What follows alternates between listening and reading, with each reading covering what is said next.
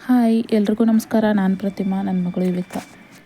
ನಮ್ಮ ಭಾರತೀಯ ಸಂಸ್ಕೃತಿಯಲ್ಲಿ ಮನೆ ಅಂದರೆ ಕೇವಲ 4 ಗೋಡೆಗಳಲ್ಲ, ಅದೊಂದು ದೇವಸ್ಥಾನವಿದ್ದಂತೆ. ಈ ಮನೆಯ ಪ್ರವೇಶ ದ್ವಾರ ಅಥವಾ ಹೊಸ್ತಿಲು ಅತ್ಯಂತ ಪವಿತ್ರವಾದದ್ದು. ಈ ಹೊಸ್ತಿಲನ್ನು ದಾಟುವಾಗ ನಾವು ಏಕೆ ಜಾಗರೂಕರಾಗಿರಬೇಕು? ಅದರ ಹಿಂದಿನ ಅಸಲಿ ಕಾರಣವೇನು? ಈ ವಿಡಿಯೋದಲ್ಲಿ ತುಂಬ ವಿಶೇಷವಾದಂಥ ಮಾಹಿತಿಗಳಿವೆ. ಹಾಗಾಗಿ ಎಲ್ಲಿಯೂ ಸ್ಕಿಪ್ ಮಾಡದೆ ಕೊನೆಯವರೆಗೂ ಪೂರ್ತಿಯಾಗಿ ನೋಡಿ. ಬನ್ನಿ ಹೊಸ್ತಿಲ ರಹಸ್ಯವನ್ನು ತಿಳಿಯೋಣ. ಹಾಗಾದರೆ ಹೊಸ್ತಿಲನ್ನು ಯಾಕೆ ಪೂಜಿಸ್ತಾರೆ ಅನ್ನೋದ್ರ ಬಗ್ಗೆ ತಿಳಿಯೋಣ. ಹೊಸ್ತಿಲನ್ನು ಲಕ್ಷ್ಮಿಯ ವಾಸಸ್ಥಾನ ಅಂಥೇಳಿ ಕರೀತಾರೆ. ಅದಕ್ಕೆ ಆಧ್ಯಾತ್ಮಿಕವಾದಂಥ ಕಾರಣವೂ ಇದೆ. ಅದೇನೆಂದರೆ, ಮನೆಯ ಹೊಸ್ತಿಲು ಹೊರಗಿನ ನಕಾರಾತ್ಮಕ ಶಕ್ತಿಯನ್ನು ಒಳಗೆ ಬಿಡದೆ ತಡೆಯುವ ಒಂದು ರಕ್ಷಾ ಕವಚವಿದ್ದಂತೆ. ಹಾಗೆ ವೈಜ್ಞಾನಿಕವಾಗಿಯೂ ಸಹ ಈ ರೀತಿಯಾಗಿ ಹೇಳ್ಬೋದು.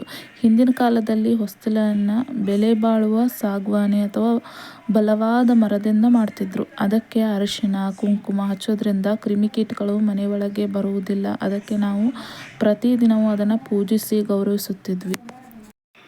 ಹಾಗೆ ಹಿರಿಯರು ಯಾವಾಗಲೂ ಹೇಳ್ತಾ ಇದ್ರು, ಹೊಸ್ತಿಲ ಮೇಲೆ ನಿಲ್ಬೇಡ ಅಂತ.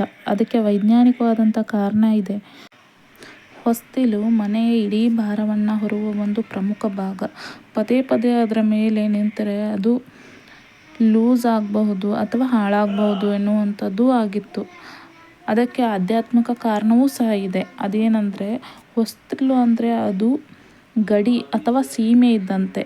ಅಲ್ಲಿ ನಿಂತರೆ ನಾವು ಮನೆಯೊಳಗೂ ಅಲ್ಲ ಹೊರಗೂ ಅಲ್ಲ ಎಂಬಂತಾಗುತ್ತೆ ಎಂದು ಅನಿಶ್ಚಿತತೆಯ ಸಂಕೇತ ಎನ್ನುವಂಥದ್ದು ಹಿರಿಯರು ನಮ್ಮ ಸಂಸ್ಕೃತಿಯಲ್ಲಿ ಈ ರೀತಿಯಾಗಿ ಹೇಳಿದ್ದಾರೆ.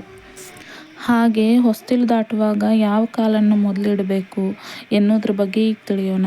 ಯಾವಾಗಲೂ ಮನೆಯೊಳಗೆ ಪ್ರವೇಶಿಸುವಾಗ ಬಲಗಾಲನ್ನು, ರೈಟ್ ಲೆಗನ್ನು ಮೊದಲಿಡಬೇಕು. ಕಾರಣ ಏನು ಅಂದರೆ, ನಮ್ಮ ದೇಹದ ಬಲಭಾಗವು ಧನಾತ್ಮಕ ಶಕ್ತಿಯ ಸಂಕೇತ. ಶುಭ ಕಾರ್ಯಗಳಿಗೆ ಬಲಭಾಗವನ್ನು ಬಳಸುವ ಸಂಪ್ರದಾಯ ನಮ್ಮದು. ಹೀಗೆ ಮಾಡೋದ್ರಿಂದ ಮನೆಯೊಳಗೆ ಶಾಂತಿ ಮತ್ತು ಸಮೃದ್ಧಿ ನೆಲೆಸುತ್ತೆ ಎಂಬ ನಂಬಿಕೆ ಇದೆ. ನಮ್ಮ ಪ್ರತಿಯೊಂದು ಸಂಪ್ರದಾಯಗಳ ಹಿಂದೆ ಇಂತಹ ಅರ್ಥಪೂರ್ಣವಾದಂತಹ ಕಾರಣಗಳಿವೆ. ಈ ಮಾಹಿತಿ ನಿಮಗೆ ಇಷ್ಟವಾಗಿದ್ದರೆ ವಿಡಿಯೋವನ್ನು ಲೈಕ್ ಮಾಡಿ. ಮರೆಯದೆ ನಮ್ಮ ಯುವಿಕಾ ಫೈಟ್ SMA ಚಾನಲನ್ನು ಸಬ್ಸ್ಕ್ರೈಬ್ ಮಾಡಿ. ಈ ಸಬ್ಸ್ಕ್ರೈಬ್ ಮಾಡುವ ಮೂಲಕ ನಮಗೆ ಬೆಂಬಲ ನೀಡಿ. ನಿಮ್ಮ ಪ್ರತಿಯೊಂದು ಬೆಂಬಲವು ನಮ್ಮ ಮಗಳ ಹೋರಾಟಕ್ಕೆ ದೊಡ್ಡ ಶಕ್ತಿಯನ್ನು ನೀಡುತ್ತೆ. ಧನ್ಯವಾದಗಳು. ವಿಡಿಯೋವನ್ನು ಪೂರ್ತಿ ನೋಡಿದ್ದಕ್ಕಾಗಿ ಧನ್ಯವಾದ.